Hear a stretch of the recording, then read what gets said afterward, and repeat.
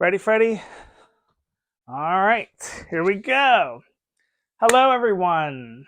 My name's Tom. Welcome to Designing Tomasic. This is my brand new lifestyle page. And I decided to do this because I want to help people out there in the world, especially those in their 20s and 30s, but also for people that might, that could use this information. It's going to be a page mostly about design, interior design, home life, home tips, also food, music, commentary, all the things that will help you live a nice balanced life if you practice these things. Also, just pro tips in general. So thank you for coming. I would like to ask you to subscribe, share, like, comment, all those things. Be a rebel. The first thing we're going to talk about today is sofas. Okay. So what you need to know, there's 4 things you need to know about buying a new sofa, and we're going to discuss that right now. So the first thing you want to pay attention to before you buy your sofa, before you go out, before you do anything, is you want to pay attention to your style and budget. So, style meaning, do you want something traditional? Do you want something modern?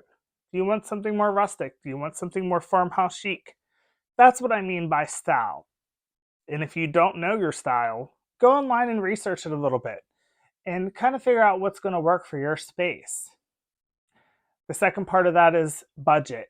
Now, a lot of showrooms and furniture manufacturers and stores across the country offer financing options. So even if you can't buy a sofa in full the first time, there's options for financing a new sofa as well. It's a purchase that's not um, it's not a purchase you make all the time. So your average sofa is around in a good quality is around $700 to around $1,000 in 2024. So that's what you can expect to pay for a new sofa. Okay.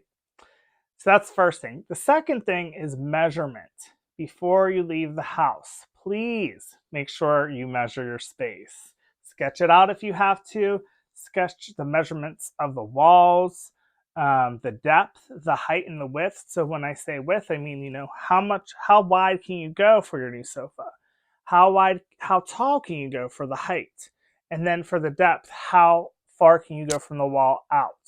So those are the 3 measurements you really want to get ready, and make sure they're written down and ready to go. That will make the process a lot easier for you and the interior designer or salesperson.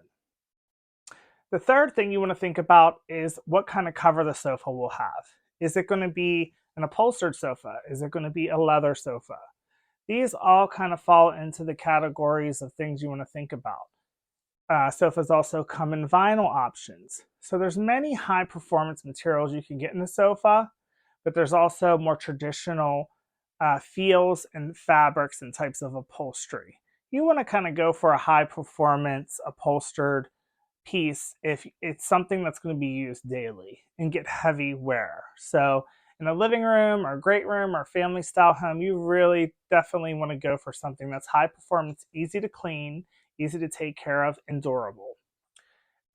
There's also leathers you can order for a sofa. Leather is the most durable you can get for a piece of furniture with the least amount of upkeep. It only needs to be wiped down with a protectant once or twice a year, and that keeps the leather nice and soft and supple. So it doesn't dry out and crack, but it's very strong. There's also non-leather materials that you can get for those who don't buy leather as well, that look like leather or suede, but are actually made out of upholstery. On a side note, there's also reclining sofas. So if you want a sofa that reclines out where you can lay back. So there's so many things that go into all of those things. So especially now, there's a lot of new technology that can be placed and custom ordered in your sofa.